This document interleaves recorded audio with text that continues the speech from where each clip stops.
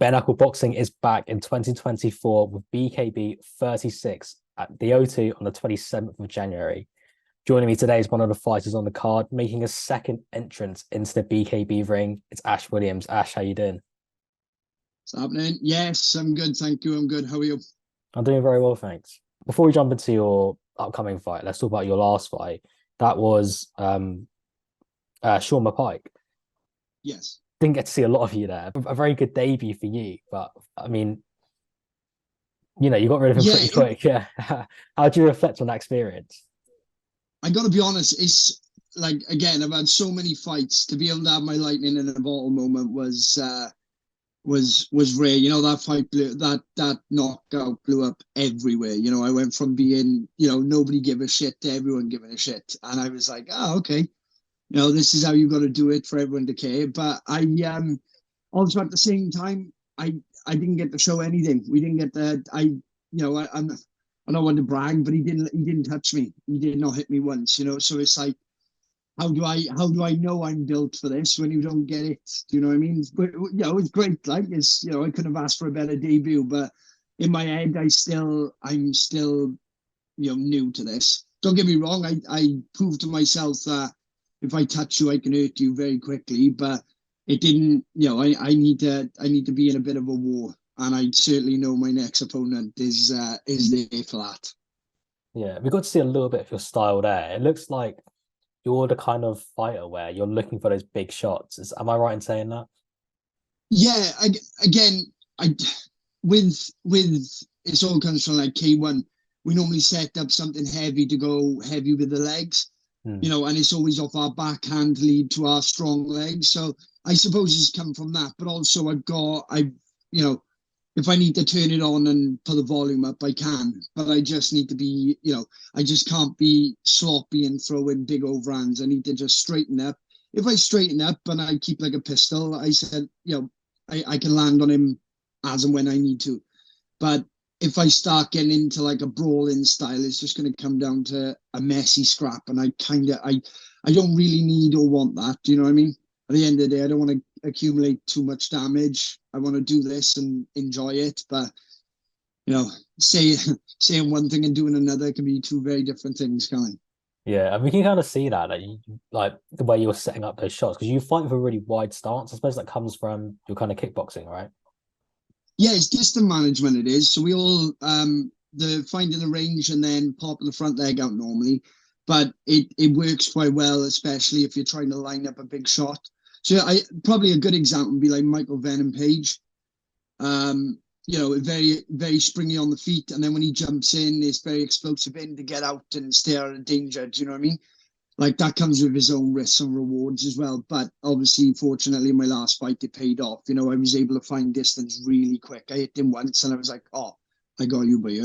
And then once I landed, I was, well, obviously it was game over, but hopefully it's kind of the same now with the other opponents. I don't want to be standing there. As entertaining as I love to make it, I think if I just stand in the middle and just trade, you're making it a 50-50 fight rather than a 80-20 fight. Yeah. With that knockdown, like when I was watching it there live, I saw Sean get up and I was like, "Oh, can he carry on?" And then they waved it off. When he went down, did you know it was done, or was there kind of like a bit of, "Oh, see what happens Yeah, here"? only because of the way his arms folded. I Mm. again, and it's hard. I'm not going to be one of these ones that shit talk, but with Sean, he was one of the nicest guys ever. But also, he was doing it for the right reasons. He was hungry, he trained hard, and to be it like that out of nowhere for your first shot, it's not as if he was covered in claret. It's not as if he had big damage. And I feel like he deserved a bit more in that fight, but it is what it is. And I'm sure he'll come back stronger. But when I hit him, I knew it was done because, it's hard to explain, but any of the big knockouts I've had with my feet, and you know when it's perfect because you don't even feel the touch.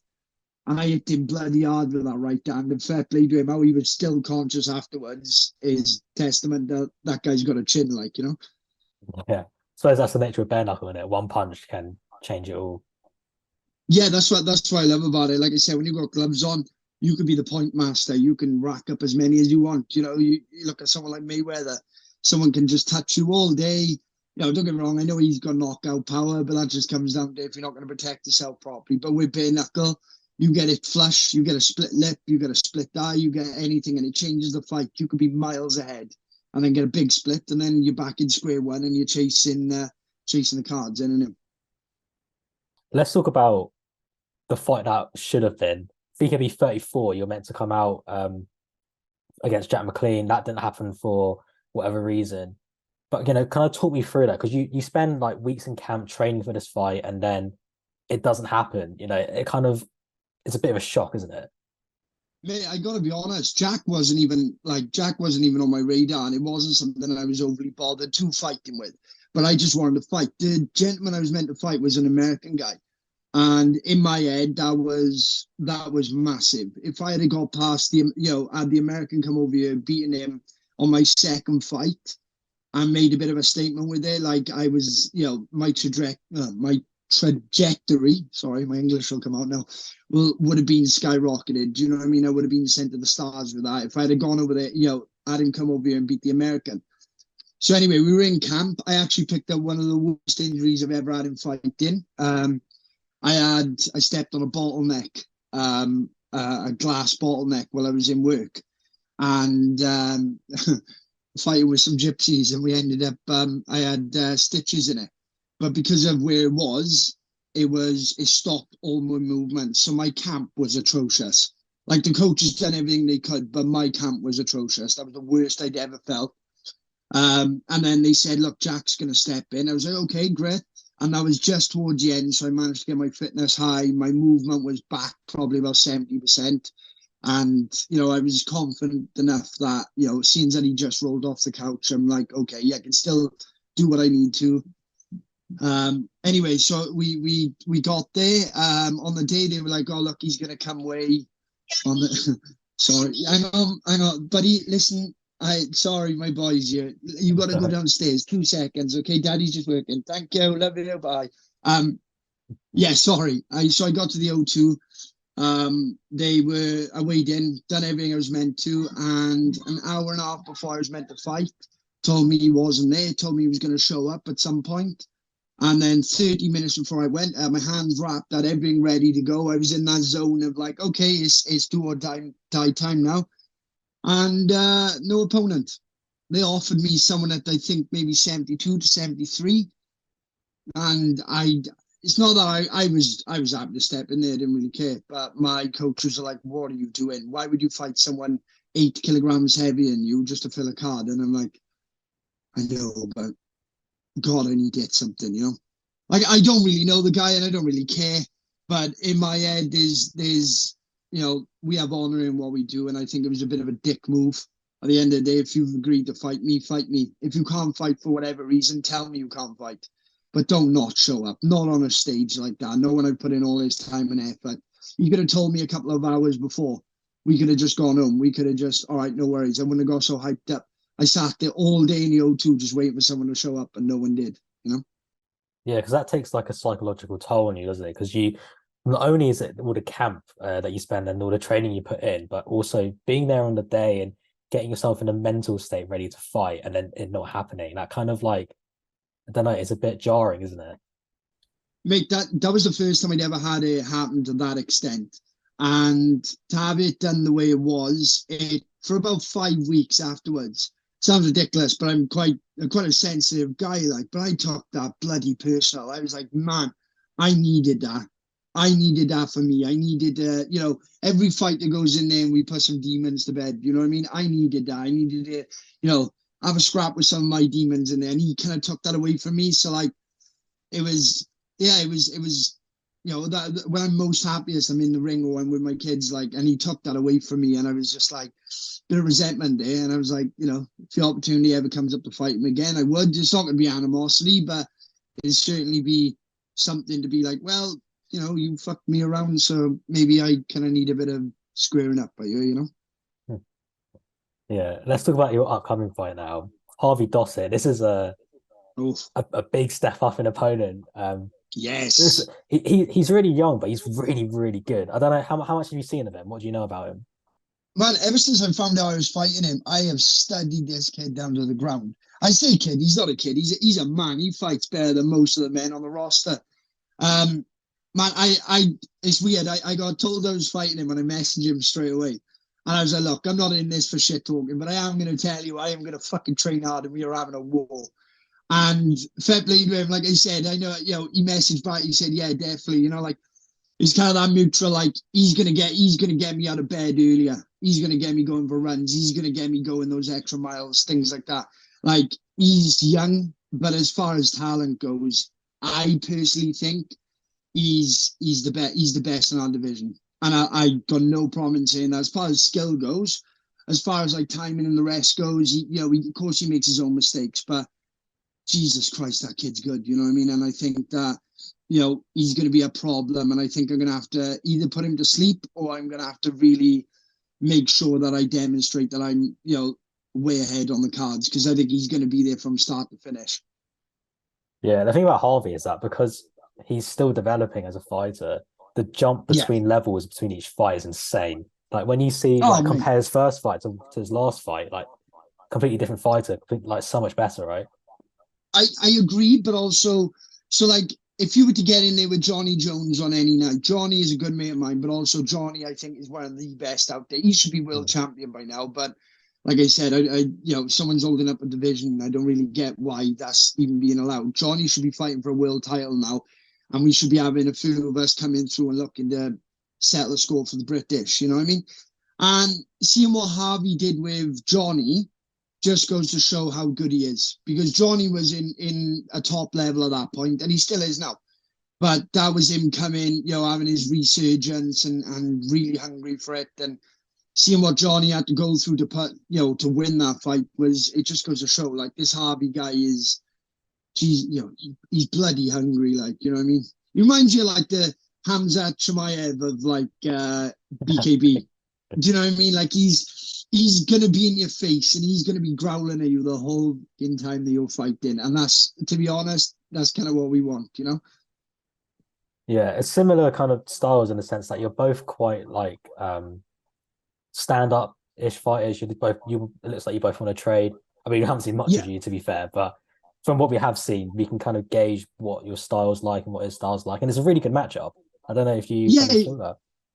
Yeah. Oh, mate, as far as, because Jim messaged me and Jim said, look, are you happy to fight? And I said, you don't even need to ask me. I just need a daytime and an opponent. And I'm there.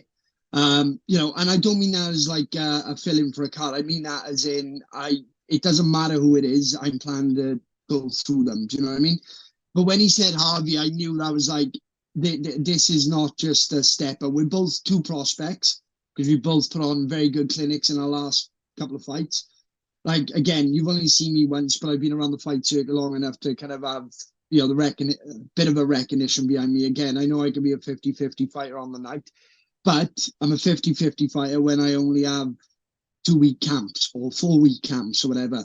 This one, I've got a full camp for. And he's got me dieting, he's got me everything, and I will be ready for him 100%. This won't be no taking it last minute just because I want to fight. This is who's going to be the next British BKB champion, 100%. And I think, like, again, I think Johnny's the best in our division, as in world champion. And I think underneath that, I think Harvey is the uncrowned champion right now. So in my eyes, there's no belt on, I suppose, but win, lose or draw, if I win, I'm getting, in my head, I've just beaten a British champion. If I lose, then like I said, he's going to have to kill me to get me out there anyway. So it's, I'm looking forward to this. This guy has got me motivated. He's nothing but respect. I know how good he is. I'm not going to sit here and go, I'm going to take his teeth out, because he might well take my teeth out. So that's the fun bit of this sport now, you know what I mean? And I'm sure you'll say there's levels to this and things like that. And I absolutely agree. Like I said, he's a pure boxer. He's a pedigree boxer. And he's been born and bred to do this.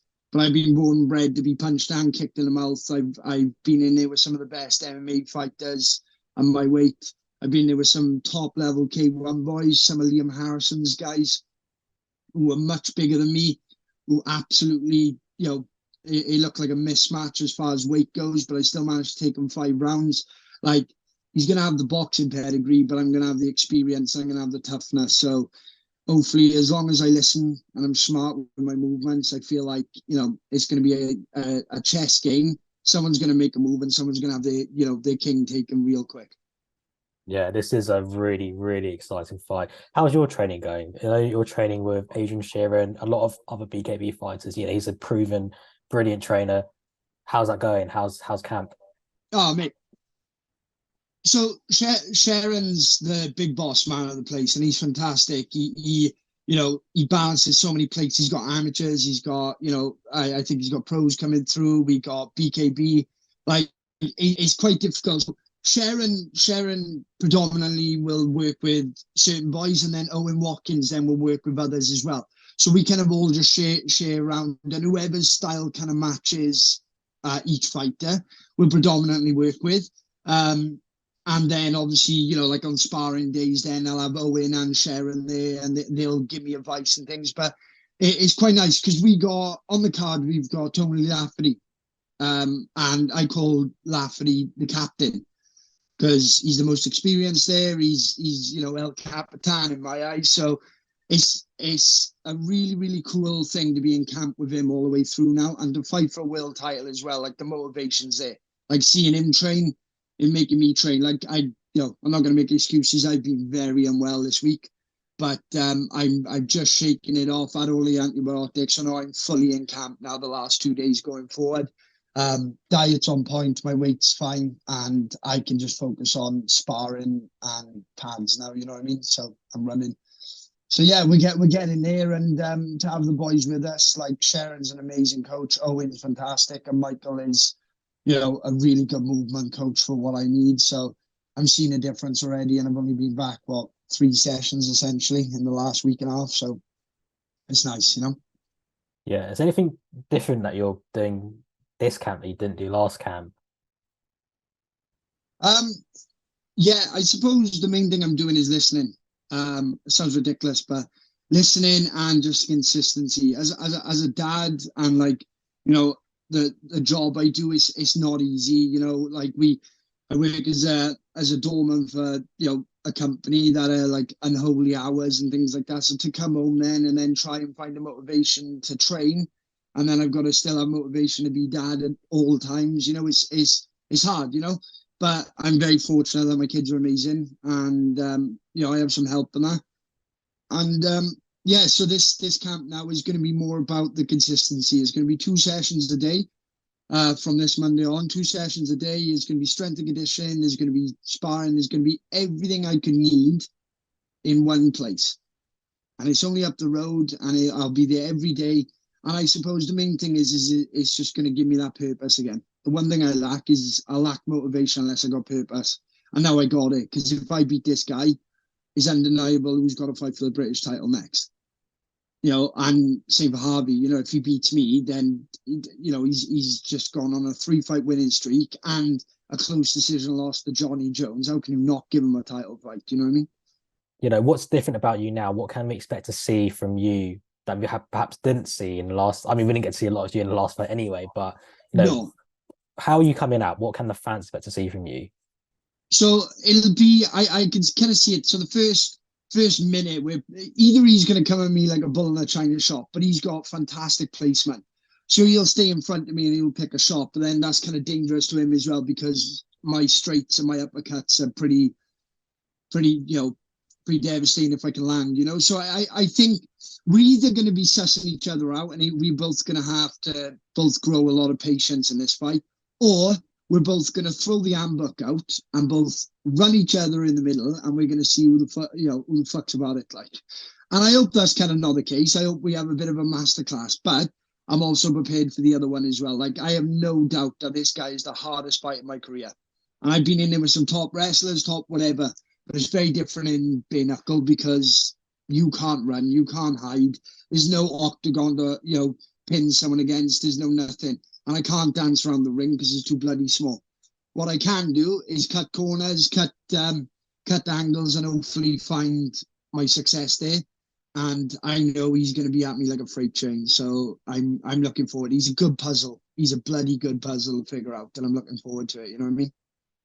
Yeah. Is there anything that you're doing or working on in camp that's specific for Harvey? Like something that you've seen that him do, or something that you're kind of working on? I mean, I don't expect you to spill all of the Yeah, game yeah, plan yeah. now, but So I look, it's he's got a very good head movement, as in once you put pressure on him, he moves back, but then he stays stationary there. And afterward, there's certain things that he does that are, again, we all have bad habits in fighting, all of us do. And I suppose it just his, and he, the way he goes back, he drops his head. There's a lot of shots there that can be made, but again, the last thing you want to do is stay in a firefight because he does well at moving the head out of an angle. But I feel like if I can start cutting the angles the way I want to, move my feet and start switching the stance the way I should, I feel like I'm going to be a real big problem because thing is, he's used to fighting orthodox boxers. And I always look at it like Dan Chapman. Dan Chapman's a fine example. Dan Chapman has been there with so many boxers. How many unorthodox boxers has he been in there with? How many, I don't know, MMA style fighters has he been there with? And don't get me wrong, sometimes we have success, sometimes we really don't. But if you can have a unique style that is hard work for a traditional boxer to figure out, I feel like, especially when you've got 6 minutes, it's far easier for you to start racking points up. Either racking points up or landing that big shot, and then they've got to adjust to your style far quicker than you got to adjust to theirs because you're going to be used to fighting traditional boxers through and through. yeah, because it is different the styles with glove than bare knuckle. I mean, Scott McHugh is a really good example of someone who's really mastered bare knuckle because it is a little bit different. The guarding's different, the movement's a little bit different. You know, Mate, I watch Scott and it baffles me because Scott's movement on his feet is he doesn't do a lot of foot movement, but my God, his head movement, his swinging, his understanding of placement and that. I like Scott's a good mate of mine. I speak to Scott often. You know what I mean? It's a bit unfortunate that him and Tony are fighting, but Scott, yeah, you're right. Like Scott has come from a Muay Thai background, but mastered his all right, I don't need to jump around. I don't need to move, like, over exaggerate my movement. But what I can do is stand there and make sure you can't hit me clean in the face. And he does that really well. Like, yeah. How have you found the bare knuckle experience? it's an eye opener, isn't it? Fuck, you get cracked with a bare knuckle, like, and you see some of the boys, I like Dan Lerwell's a good one, the last one he was in. Like, that guy was winning. And then out of nowhere, Lerwell opened a holy shit punch and hit him so hard that he fell asleep standing, the guy did. And it was like, it just goes to show, like, you can be down on a points card, but if you can land that shot, it's game over. But the thing is, when you land with gloves, after the first round, your chances decrease by that extra 10% every round. I know if you're fit enough, you could do it, but like I certainly find with BKB, no matter what the round, no matter what the time, if you can land that shot, this game over. Yeah, and then also conversely, it's like one of those ones where you have to stay switched on throughout the whole thing, and you can't switch off for a second because if you get hit, that could be it, right? 100%. Like the only person I've seen who's fully mastered that being calm in that moment is Sweeney. And watching Sweeney fight is like watching poetry in motion. That guy's phenomenal. But he doesn't go out of second gear. You know what I mean? Like he's always calm, he's always collective. And I think being calm in those moments are probably the most important. Because, all the boys who've been in the BKB ring have all obviously been in scraps in some capacity. But I think being in there when you're getting hit and split open, or you have a massive right hand sit in the middle of your eye socket, I think it takes a special type of person to be able to stop and go, right, you fucked up there. You made a mistake there. Let's not do that again. Let's be smart. Let's move the head off center. Let's do this. Let's do that. And some guys get hit, and instead of doing that, they just run forward. And then all of a sudden, then they, looking up at what the O2 ceiling looks like. And that's not what I want to do. You think you have those qualities of Sweeney and Scott? Oh God, again, I try not to be. I hate being the bragging guy because the last thing you want to do is brag about someone and then get lit up. But do you know what? I do. I feel like, again, they're all unique in their own way. I feel like I could be a very unique fighter to what BKB is looking for. I'm smeared in tattoos. I look like the Poundland McGregor. And I tell you what, I can hit hard. So if I can get a belt and things like that, and start finding my confidence a bit more with this, there's no doubt that I can go far, and I can certainly stamp my name as one of the better Welsh. Like I could be up there with Rocky, I could be up there with Johnny. Like, to be fair, any of the Welsh boys who've done it, Sean George, all them have all stamped their name properly, and that's what I just want to do. I just want to be in the same conversation as them one day. A lot of guys sat there around a table being like, wow, you know that Ash Williams guy? You know the one? Yeah, man, he moves amazingly. And when he hits you, it's like night out. Like, for me, that's what I'm aiming for. Of course, I'm aiming for a world title. And I'm not, I won't really settle until I want a British and then I want a world. And it's no secret. I've told everyone my dream fight would be Chapman. I'm under no illusions. He is one of the best boxers to do BKB. But my God, I would love to fight him. What a cool storyline that would be, two Welsh boys from a valley. I know he's done it with Sean or whatever, but I feel like I'm faster. So my dream fight is to get to Dan, and this is what I try, this is my goal in this, is to get there, get to Dan, beat him, and be the one that nobody else could, So is that what the ultimate goal is? There's world titles, but also have your eyes set on Chapman as well. Yeah. Well, they had a pull out of his last fight or whatever. I offered to step in. Look, I guarantee you what happened now is I'll say something about like, oh yeah, my dream fight's Chapman. I'd be like, oh, I don't concern myself with people who haven't done it long enough. That's fine. I'm fully aware, Dan, that you're a good fighter, mate. But what's going to happen is when I get these belts, or when I get the British, or whatever, you ain't going to be able to run that far then. And then you're going to have to fight me. And then win, lose, or draw, it isn't going to matter because I'm going to make sure that you're going to have one of the hardest fights out there. So, yeah, like people laugh at me and be like, oh, he's way better.